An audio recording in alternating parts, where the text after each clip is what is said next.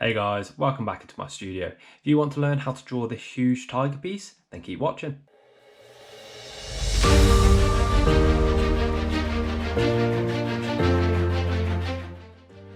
Hey guys, like I said, today we're going to be learning how to draw this tiger piece.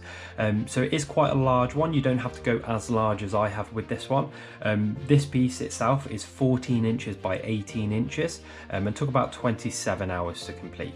So the videos are going to be split into two parts. So part one is this one, and it's going to cover the eyes. It's going to cover all this sort of fur surrounding the eyes and down onto this guy's cheeks.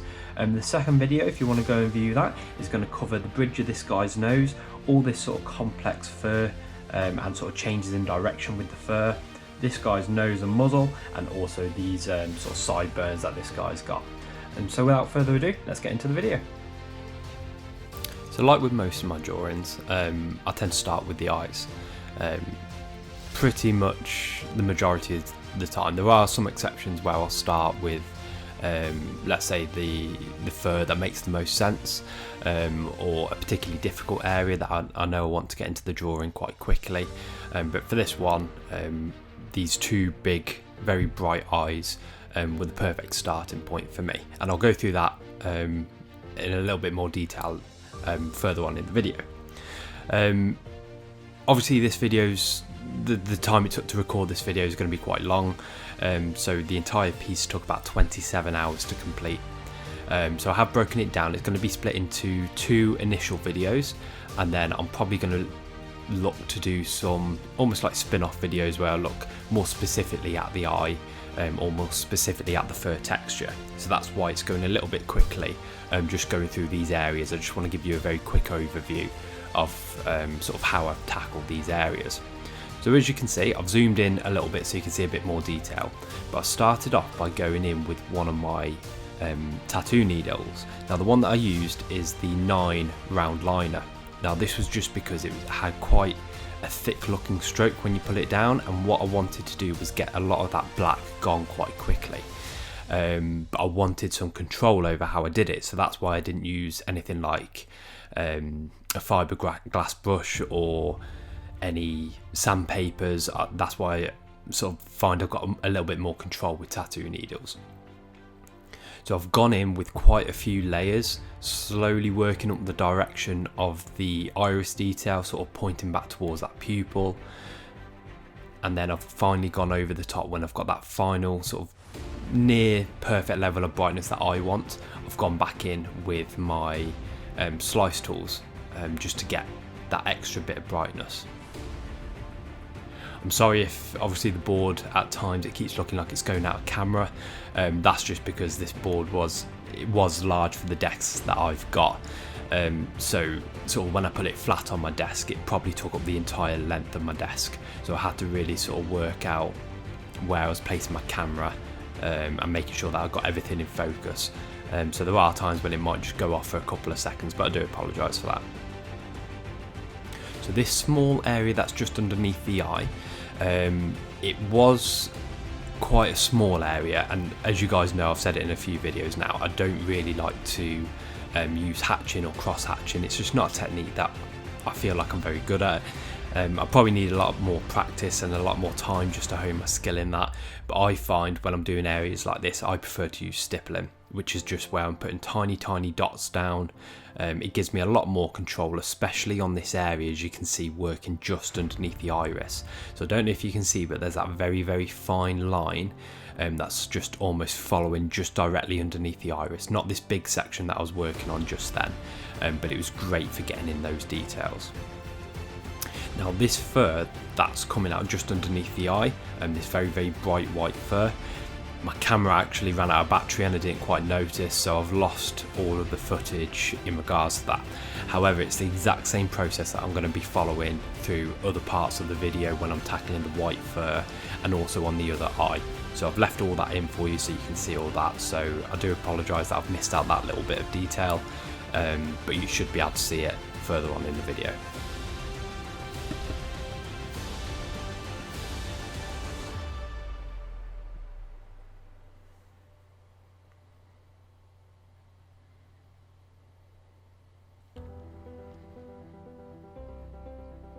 So as I'm working on this fur, the sort of method that I'm going to be using is going to be the same throughout the entire piece.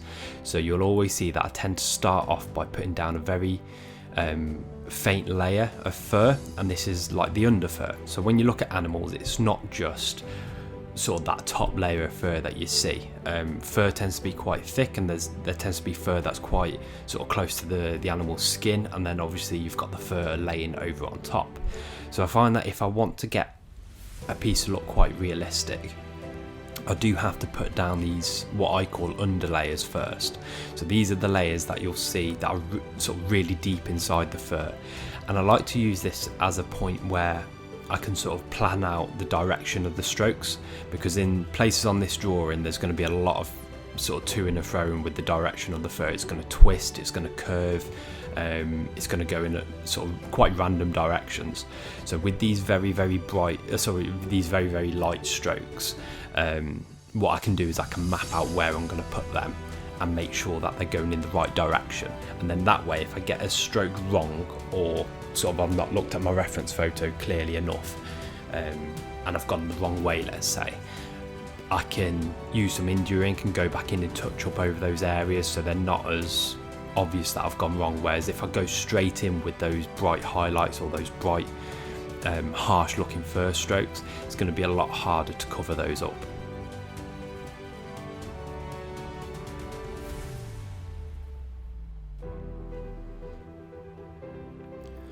So the slice tool, that I'm using currently on this one, I've got a couple of different ones that I've been using. So you'll see that I come in with almost like a scalpel and an X-Acto looking knife, and that tends to be great on this one for creating the mid-tones, the fur that's quite bright but not the brightest of whites. When I'm looking at creating those very bright white strokes, I'm going to be using my thicker almost the pen tool. I'll sort of point it out when we get further into the video, but they've got a slightly different blade to it. So the X-Acto knife is quite a sharp point, whereas the other one's got a curved end. So the curved end allows me to get a thicker, whiter stroke. So this is the scalpel and the X-Acto blade that I was just talking about just then. And then I think I'll come in just a minute with the thicker slice tool.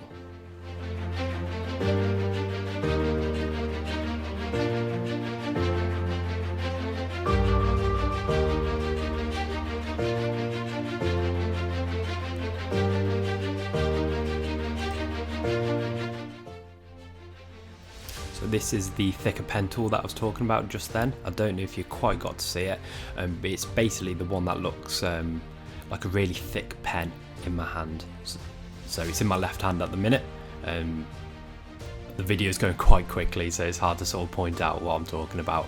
But if you have a look at my video that I've done where I review all the slice tools, it's the one in there, and I go through sort of the different textures and the different types of marks that these tools can make. So that one's quite good to watch if you're a little bit unfamiliar with the slice tools.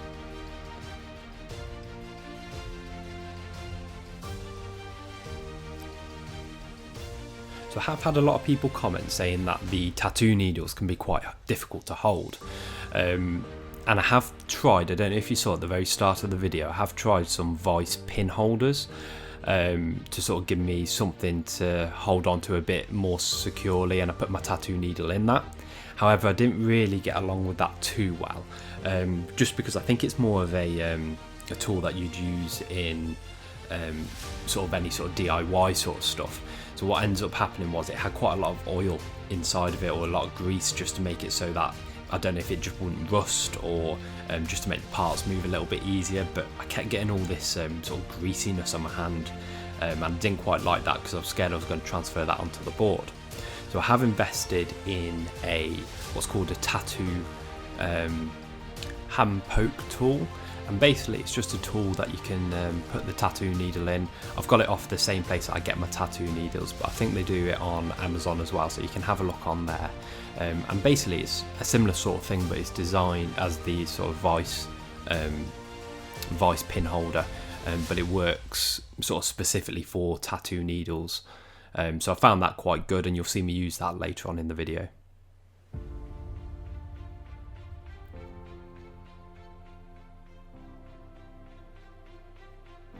So I know seeing all the detail in how I'm doing these eyes at the minute is going to be a little bit more difficult for you guys, just because of the speed that the videos had to be sped up for.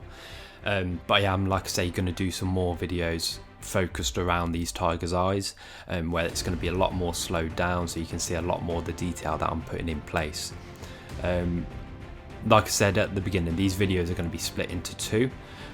So this first video is mainly going to focus on the eyes, the surrounding fur around the eyes, and then I'm going to do a second video that's going to focus more on the fur that's coming on the bridge of the nose, and actually the sideburns, that I call them sideburns, but the really bright white sort of wavy fur that's going to come down on the side of this guy's face. Just because I think this video would be way too long if I tried to include everything in this one. I mean, I think this one's going to end up being about 30 minutes anyway, so you know, you'd probably be looking at an hour's video because of how long this piece has taken me.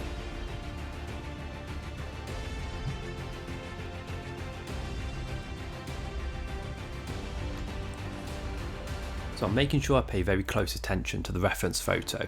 If you haven't seen my video that I've put up about sort of going through this reference photo, I have done a specific video where we go through and I talk about all the different parts that I'm looking at.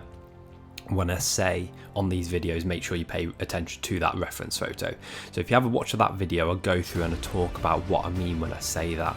But looking at these fur, sort of looking at where I'm doing the fur now on these very, very bright highlights at the top, you do have to be careful that you're overlapping into the black fur as is on the reference photo. Or if you just saw a minute ago when I was working in the corner of the tiger's eye, looking at where the dark spots are, where there's a little bit darker fur, or the fur's gone a little bit brighter, or it's changed direction a little bit. All of this I'm getting from my reference photo, so I'm paying a lot of close attention to that photo. And I've made sure that when I've drawn up the line art for this one, I've made sort of my own shorthand notes on the board so that I know where those changes are going to be and where those highlights are going to change, where those tonal values are going to change. But like I say, I go through all of that in the video that I've done where I look at reference photos, and I'll put a card up in the top right hand corner for you guys, and I'll also leave a link to in the description for that video.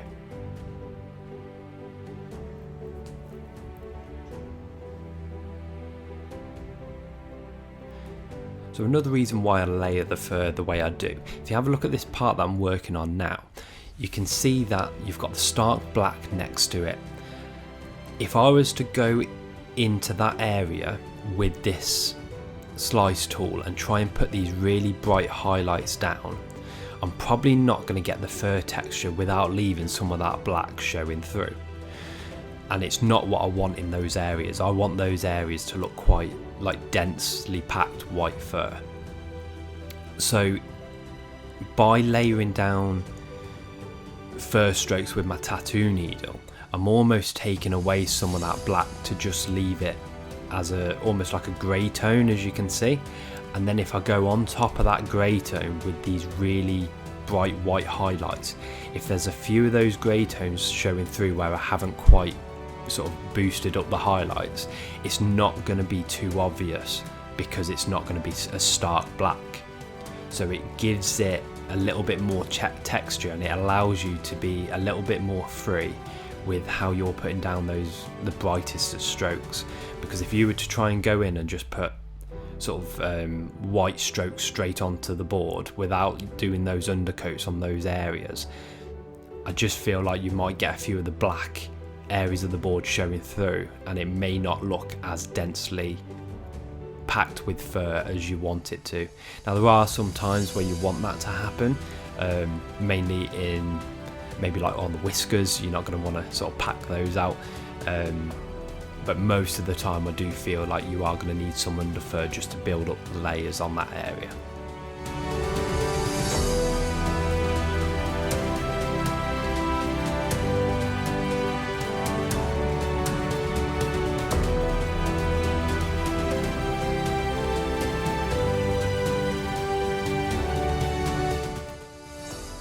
So you can see here when I'm working just in the corner of this guy's eye, I am using more of a stippling technique just to get those really short strokes of fur, and also just that little highlight that you can see in the sort of like the wet corner of this guy's eye and where the tear duct would almost be.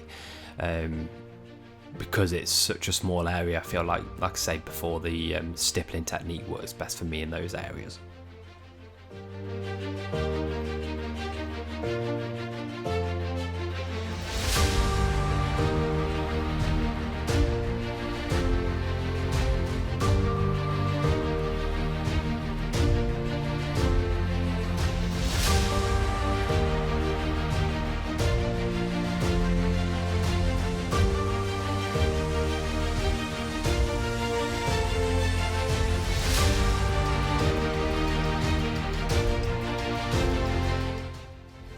So talking a little bit about the tattoo needles that I've been using. So on the sort of left hand side of this guy's face, I've mainly been using the round liner tattoo needles. Now if you've seen the clouded leopard piece that I've done that mainly in tattoo needles, sort of the majority of it, and I've told you how I've sort of spliced the tattoo needle just to give it so the tattoo needle gives a little bit more variation in the marks that it puts down. So I was using them mainly for this left hand side of the guy's face. However, as I start to move onto the left hand side of the face, I finally got a sort of reason to order some new tattoo needles because I was running short. So I ended up trying out the weaved Magnum tattoo needles.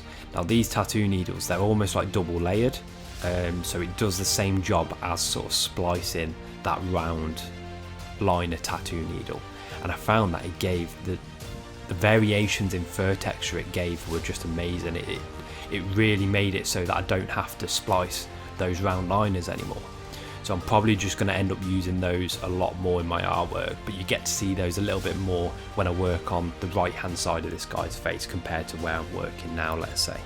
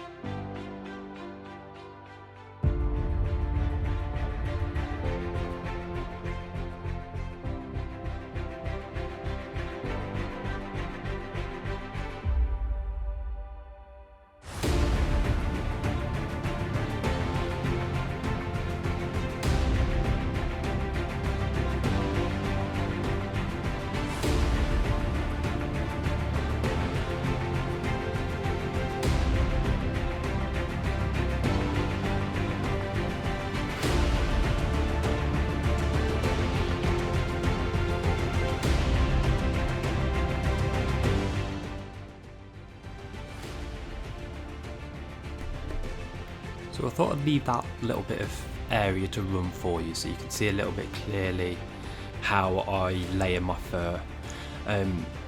You can also see on this bit of image here the black lines that I use for my line art. So I'm not one to use the white graphite paper. To be honest, I feel like I find it quite difficult to get rid of once it's on the board. So what I use is the black sort of carbon graphite paper. I know it's quite hard to see. It makes it a little bit more difficult, especially if you haven't got the greatest of eyesights. But what I do is I position my lights on a bit of an angle so that as the light hits it, as you can see now, you can just pick up enough detail so that I can sort of follow along with that without the fear that it's going to leave these obvious lines on my board once I've varnished it or once I've finished it. Now you can go back in with some, let's say, black India ink, just to sort of darken down those lines if they are still a little bit too bright. But I have found, especially in some of my earlier pieces, they were sort of notoriously difficult to get rid of, and that was one of the things I really didn't like about the white graphite and the white transfer paper.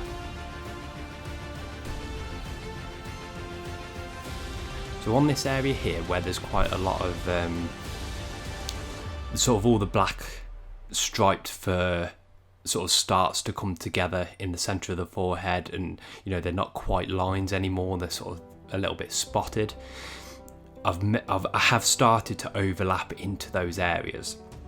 Now as we go throughout the piece, especially sort of when I'm coming to the end, I go back over the entire board and make sure I put some small elements of fur and fur texture in those areas, because they're not just empty black spaces, they are sort of stripes of black fur.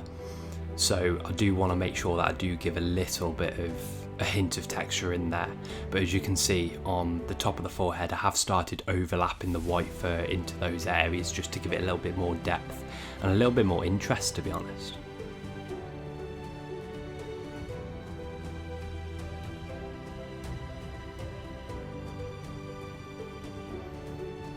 So the hardest part now is trying to match up my sort of level of brightness that I've got on both sides.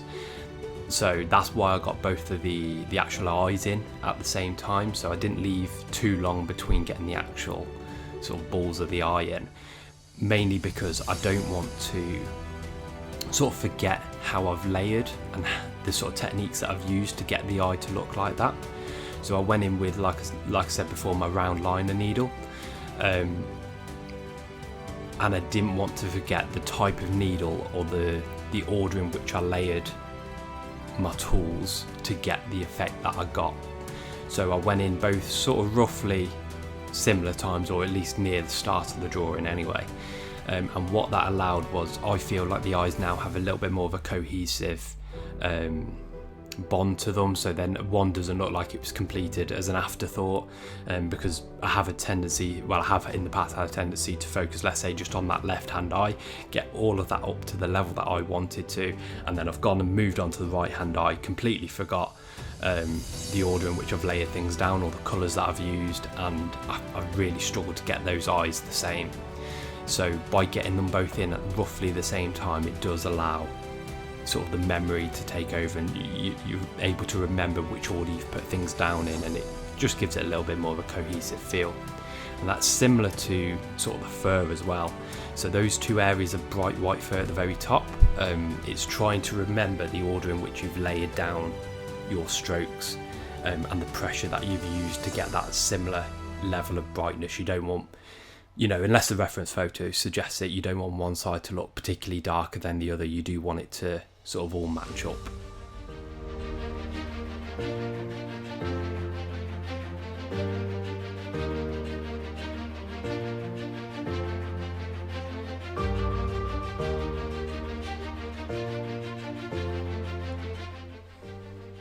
And I've said this in my other videos, don't be afraid to rotate your board. So on this one you can see I rotate an awful lot, because the size of it makes it particularly difficult to get the first strokes going in the right direction. And as you can see here, now we're working on that underside of the eye. So this is the area that was missed off with the other eye just because my camera ran out of battery. But as you can see, I've layered down the initial strokes with that tattoo needle, but instead of layering them up as I normally would, I've gone straight in with those really bright highlights, just to make sure that that's one of the brightest areas that stands out.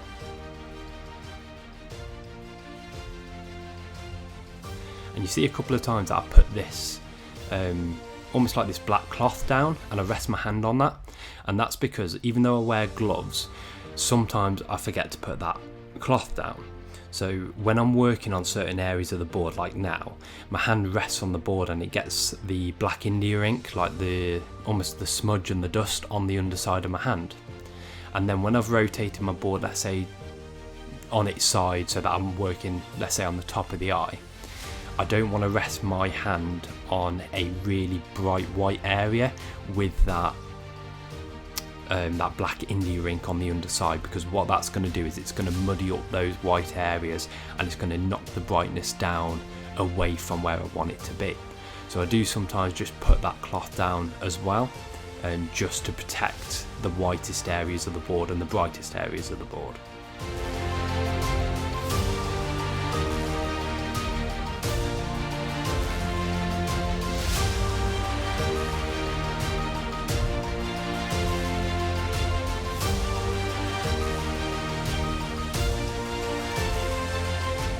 This side of the face, this right hand side of the face, it tends to go a lot quicker than what the left hand side was, because I'm remembering the same techniques that I've used. So when I'm first going into the drawing, I do feel a little bit tentative, and it takes me a minute just to work my way around the board, decide what techniques I'm going to use, how I'm going to layer the fur. So there's a little bit of trial and error on that left side, on that first, the initial parts of the drawing. However, when we move on to this right hand side, it tends to go a lot quicker, just because I already know that what I've done on the left hand side of the face has worked for me. So then I just implement those same textures and that same technique onto this right hand side. The only difference being that now I'm using a slightly different tattoo needle. So I think about here is where it's coming, and it's that weaved Magnum tattoo needle. But you know, apart from a slightly different tattoo needle, the sort of underpinning fundamentals that I've used in this piece are pretty much the same. I still layer down that area of faint looking fur with my tattoo needles. I then press maybe a little bit harder with the tattoo needles just to get a few areas of sort of variation and brightness. I then go in with this slice tool now with the X-Acto blade on it, just to get those initial sort of mid to bright tones. And then finally, when I'm finished with that, I go in with my pen cutter, that thicker pen that I've got with the curved blade on the end, and it just gives it that, almost those top highlights, those brightest of bright highlights. So sort of the layering texture and the layering techniques and the order in which I'm layering things down remains the same throughout the entire piece. And I am planning on doing some almost real-time tutorials, where I pick a subject, I don't speed it up, so I don't sort of do a voiceover at the end of the piece. I sort of go through it in real time, and then it may allow you to follow along a little bit easier if that's going to be of interest to any of you guys. If it is, you know, drop me a comment, let me know. I don't want to make videos that, you know, aren't interesting to you guys. So if you do want me to do that, more of a real-time tutorial where we go along through it sort of at the same time together, I'll sort of voice over what I'm thinking, what I'm feeling, how I'm planning on doing certain areas, then let me know, and that can be something I can do for you guys. But for now, I'm just going to let this piece run. I'm going to sort of just let you observe the different texture and the different way that I'm layering things down, because in essence nothing's really changed. This has been the same throughout the entire piece. So I'll let it run for a couple of minutes, and just let you have a watch.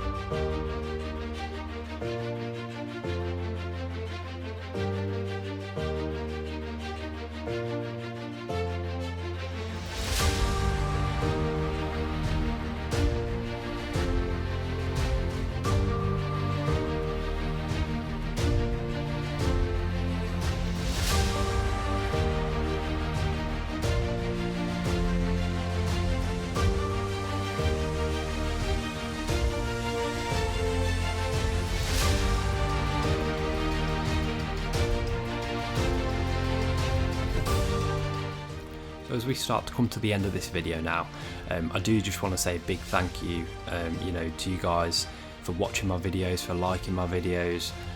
You know, on my channel now, I know it doesn't seem like much, but we're nearly at 100 subscribers, which is, you know, just amazing to me. That 100 people, you know, want to see what I create and, you know, keep coming back and watching the videos, so it means so much to me, so thank you. I'm going to keep creating videos for you guys. Like I say, I've got a few things in the pipeline that I want to do, a couple of different videos that I want to try, and hopefully it's just a way of you guys, you know, watching the videos and picking up, you know, even just one technique that might help you with your own artwork. I don't mean by any means that the way I do it is the right way or the only way to do it, it's just the way that I do it. So if it can help you guys in any way, then, you know, that's why I do it. So I'll leave you sort of just watching the last few minutes of this video, but I do just want to say a big thank you for watching. Part 2 of this video should be out probably in another week or so. So if you get a chance, pop over and have a watch of that. Pop over to my YouTube channel if you haven't already. I've got quite a few videos out on there currently. A few different subjects to try, a few little tutorials to try, and I'll see you again in the next video.